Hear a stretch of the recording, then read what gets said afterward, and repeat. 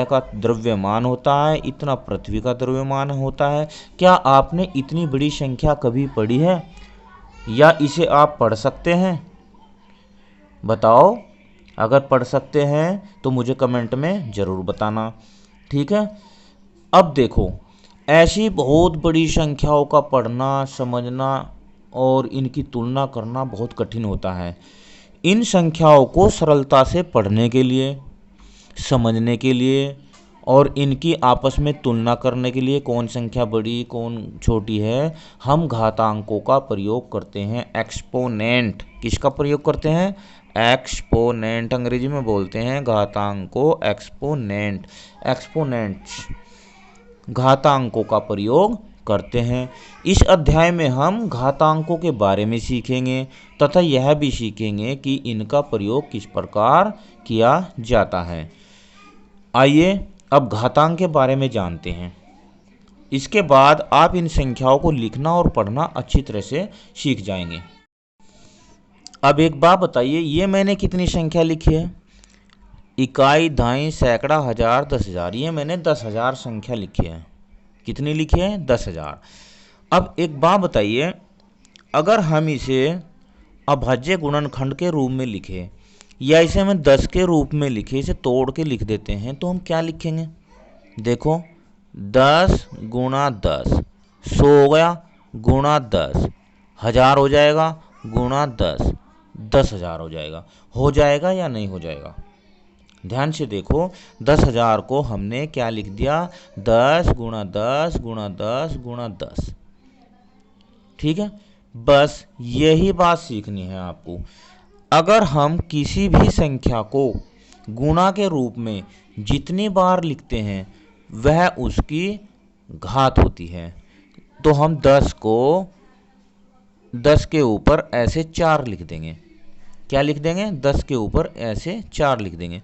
तो ये जो 10 है ये तो हो जाएगा आधार। ये बात आपको ध्यान से सीखनी है और याद भी रखनी है। ये क्या हो जाएगा? आधार। और इसे बोलेंगे हम घातांक। क्या बोलेंगे? घातांक। अब एक बात बताइए, आपकी समझ में ये आया या नहीं आया? देखो, हमने 10,000 को 10 गुणा 10 गुणा 10 गुणा 10 लिख दिया और 10 को हमने कितनी बार लिखा? 4 बार गुणा के रूप में। तो जितनी बार हमने इसे गुणा के रूप में लिखा, हमने उतनी ही संख्या ऊपर लिख दी और वही संख्या घातांक कहलाती है। क्या कहलाती है? घातांक। अब हम इसे बोलते कैसे हैं?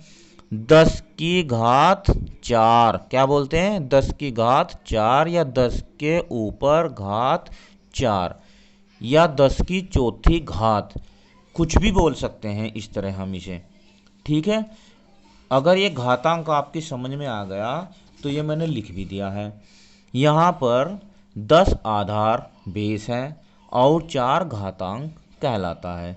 10 की 4 को हम 10 के ऊपर घात 4 या 10 या केवल 10 की चौथी घात पढ़ा जाता है। ठीक है।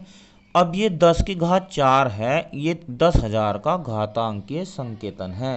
यानी कि हमने 10,000 को घात के रूप में जो लिखा है, तो इसे हम घातांकीय संकेतन या घातांकीय रूप बोलते हैं। अब कुछ और उदाहरण देखिए। देखो 10,000 को क्या लिखा हमने, 10 की घात 4। 1,000 को हम लिखेंगे कितना, 10 गुणा 10 गुणा 10, तो 10 की पावर कितनी हो जाएगी, 3।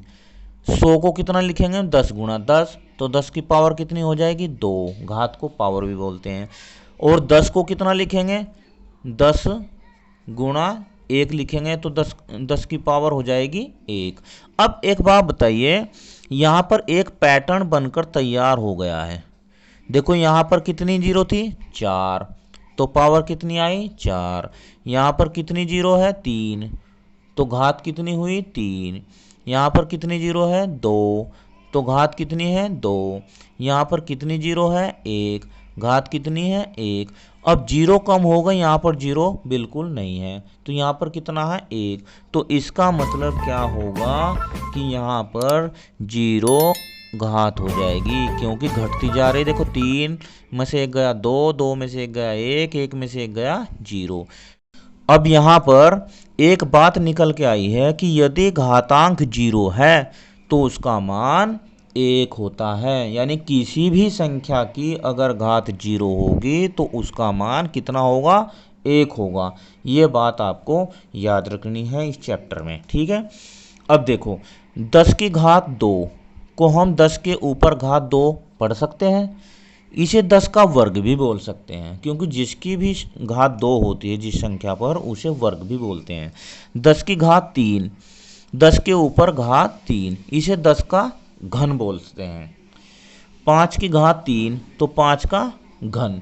किसी भी संख्या के ऊपर यदि घात 2 है तो उसका वर्ग, और घात 3 है तो उसका घन, ठीक है। अब 5 की घात 3 का अर्थ क्या होगा, यानी कि उत्तर क्या होगा, मतलब क्या होगा, तो 5 की घात 3 का मतलब होगा 5 की 3 बार गुणा, और पंजे पंजे 25, पंजे 125, 125 इसका उत्तर आ जाएगा।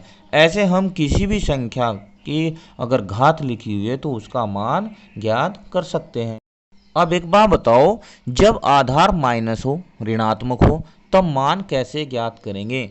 जैसे -1 की पावर कितनी है, 3, तो आधार तो माइनस का है। अब इसका मान कैसे ज्ञात करेंगे, सिंपल सी बात है। अगर घात 3 है तो आधार की गुणा 3 बार होगी। कितनी बार होगी, 3 बार। अब देखो -1 की -1 में जब गुणा होगी तो 1 की 1 में गुणा होती है तो उत्तर 1 ही आता है। पर माइनस की माइनस में जब गुणा होगी तो प्लस का हो जाएगा। फिर 1 है, फिर -1 की गुणा करो तो 1 ही कम 1, तो इसका उत्तर आएगा माइनस का 1। सीधी सी बात है, माइनस का आधार हो चाहे प्लस का आधार हो, जितनी उसके ऊपर घात होगी उसकी गुणा उतनी ही बार होगी। -5, ये लीजिए -5 की गुणा -5 में 2 बार हो गई, 3 बार, और भाई 4 बार हो गई ना। अब देखो 5 पंजे 25, ये 2 हैं तो प्लस हो जाएंगे, 25 आ जाएगा। ये 5 पंजे 25, ये भी 25 आ जाएगा, और 25 25 की गुणा 625। अब इसमें एक बात निकल के आई है कि अगर आधार माइनस का है और जो घात है वह सम संख्या नहीं है तो उत्तर माइनस का आएगा। अगर वह सम संख्या है तो उत्तर प्लस का आएगा। ये बात आपको ध्यान रखना है। यानी कि घात को 2 से भाग करके देख लेना। अगर 2 से भाग घात हो रही तो उत्तर प्लस का आएगा, और नहीं हो रही तो माइनस का आएगा। अब संख्याओं को विस्तारित रूप में या प्रसारित रूप में लिखना, एक्सपेंडेड फॉर्म में लिखना। कैसे लिखते हैं, देखो यहाँ पर देखो, इकाई, दहाई, सैकड़ा, हजार, 10,000, यानी कि ये 47,000 है। कितना है, 47,000। तो इसे हम कैसे लिखते हैं, 4 गुणा 1 2 3 4, तो 0 लगाओगे आप 4, ठीक है, प्लस 7, 0 लगाएंगे 3, ये हो जाएगा 1,000, प्लस 5 गुणा 100, प्लस 6 गुणा 10 प्लस 1, ये हो गई इसकी एक्सपेंडेड फॉर्म। ऐसे ही इसे देखो, 1, यहाँ पर कितने अंक हैं 2, तो 100 से गुणा, प्लस 7 तो 10 से गुणा, प्लस 2, इसे बोलते हैं विस्तारित रूप, एक्सपेंडेड फॉर्म। अब ये देखिए, घातांक के रूप में लिखना या संकेत के रूप में लिखना, ये बहुत इंपॉर्टेंट है। देखो 81 है, इसे हमें घात के रूप में लिखना है, तो इसका सबसे सिंपल तरीका है, सबसे पहले आप 81 के अभाज्य गुणनखंड कर लो। ठीक है, देखो 3 से अगर इसे भाग देंगे तो 3 दूनी 6 और 3 से 21, 27 तिया 81 होता है। 3 नम 27, 3 तिया 9, 3 एकम 3, कितना हो गया 3, यहीं लिख देते हैं 3 गुणा 3 गुणा 3 गुणा 3। अब 3 को कितनी बार लिखा है, 1 2 3 4, तो 3 की घात 4, ये इसका आंसर हो जाएगा। ऐसे आप लिख सकते हैं किसी भी संख्या का। 32 का देखो, यहाँ पर 32 को ले लेते हैं, 2 16 आ जाएगा, 2 8 आ जाएगा, 2 4 आ जाएगा, 2 से भाग करेंगे 2 आ जाएगा, 2 से भाग करेंगे 1 आ जाएगा। कितने 2 के आ गए, 1 2 3 4 5, तो यहाँ लिखेंगे 2 गुणा 2 गुणा 2 गुणा 2 गुणा 2 5 बार, और इसका घातांक के रूप हो जाएगा 2 की घात 5। अब 243 का कैसे निकालेंगे, 243 का भी ऐसे ही निकालना हमें। 2 4 3 करो, 3 से कर देते हैं, 3 अट्ठे 24 और 3 एकम 3, 27 तिया 81, 3 नम 27, 3 तिया 9, 3 एकम 3, 3 तिया 9 तिया 27 तिया 81 तिया इतना, तो 3 के हो गए कितने 5, ये लो, इसका आंसर आ जाएगा 3 की घात 5। 72 को, अब 72 का देखो आपको थोड़ा सा अलग नजर आएगा। 72 को ये देखो, 2 से ये आ गया 36, 2 से ये आ गया 18, 2 से 9, 3 से 3 तिया 9, 3 एकम 3, इसका आ जाएगा 2 गुणा 2 गुणा 2 गुणा 3 गुणा 3। ये देखो ये थोड़ा अलग है, 2 कितने हैं 3, तो यहाँ पर ऐसे लिखेंगे, और 3 कितने हैं 2, ये इसका आंसर आएगा 2 की घात 3 और 3 की घात 2। अब इसके बाद आता है, अगर हमारे पास गुणा में लिखी हुई संख्या है तो उन्हें घात के रूप में कैसे लिखेंगे। सिंपल सी बात है, 1 2 3 4 5 6 कितनी बार लिखा है 5 बार, ए कितनी बार लिखा है 1 2 3 4, ए की घात 4 हो जाएगी। अब यहाँ देखो बी 2 बार लिखा है तो बी की घात 2 हो जाएगी, सी 3 बार लिखा है तो सी की घात 3 हो जाएगी। ऐसे हम किसी भी संख्या को घातांक के रूप में लिख सकते हैं।